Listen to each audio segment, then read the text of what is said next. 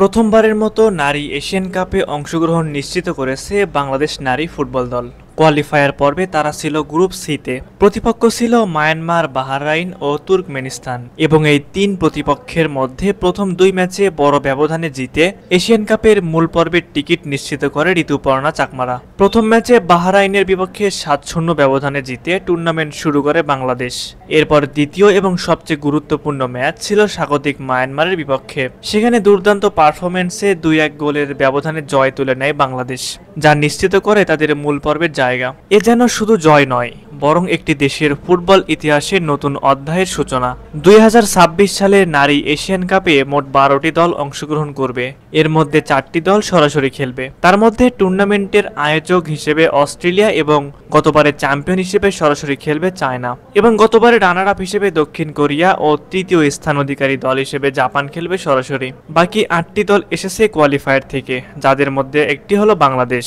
এখন প্রশ্ন হলো, বাংলাদেশ কোন গ্রুপে খেলবে এবং বাংলাদেশের প্রতিপক্ষই বা কারা? ২০২৬ এশিয়া কাপের ড্র শেষে জানা গেছে বাংলাদেশ পড়েছে গ্রুপ সিতে। এই গ্রুপে রয়েছে অস্ট্রেলিয়া, চায়না ও দক্ষিণ কোরিয়া। এটা নিঃসন্দেহে গ্রুপ অফ ডেথ, কারণ বাকি তিনটি দলই এশিয়ার শক্তিশালী ও বিশ্বকাপ খেলা দল। এশিয়ান কাপ জেতার অভিজ্ঞতা রয়েছে তাদের। শক্তি, স্কিল, গেম প্ল্যান সব দিক থেকে তারা অনেক এগিয়ে এবং তাদের বিপক্ষে লড়বে বাংলাদেশ, যারা এবারই প্রথম এই মঞ্চে। তবে এখানেই থেমে নেই গল্প।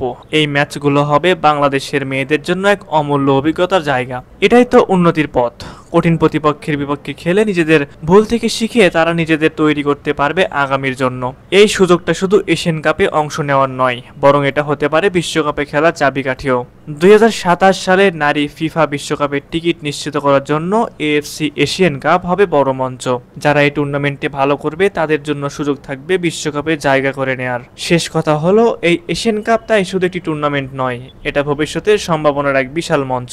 সুপ্রিয় দর্শক, আপনাদের কাছে কি মনে হয় এএফসি নারী এশিয়ান কাপে কেমন করবে বাংলাদেশের নারীরা? অবশ্যই আপনাদের মতামত আমাদের কমেন্ট করে জানাবেন।